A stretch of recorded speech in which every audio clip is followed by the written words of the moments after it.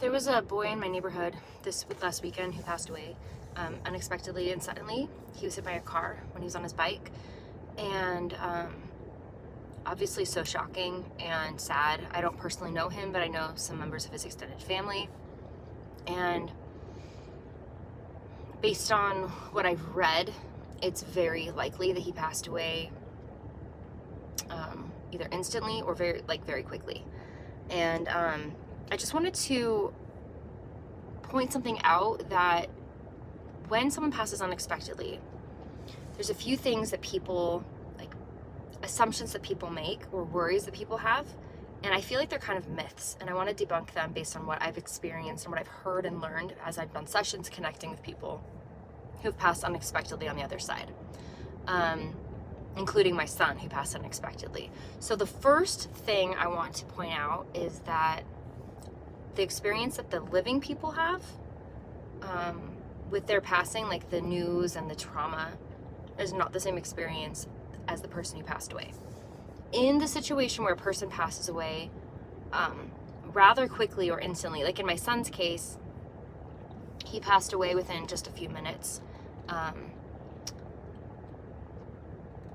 Their experience is often not what we would expect. Often it's kind of buffered so that you would expect, oh my gosh, this is so painful, this must have been the worst thing, must have been the most hellish moment ever.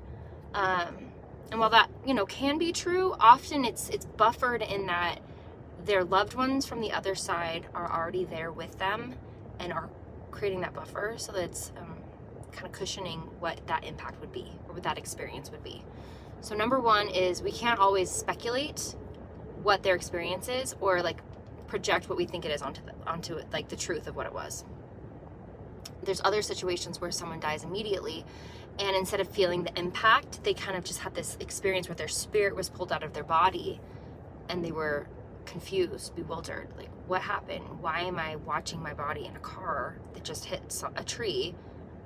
What's going on? Like, it happened so fast, they can't even process. So it's more of a bewilderment than like physical pain. All right, so that's number one.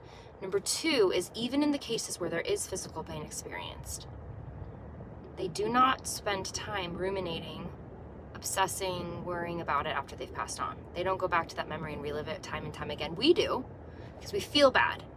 And it must have been so terrible. I can't imagine. Oh my gosh, what was it like? They have not thought about it or dwelled on it or gone back to that feeling since they've passed away, because it does them no good.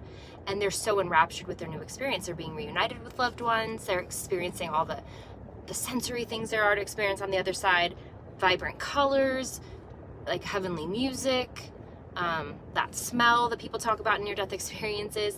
They are in the moment.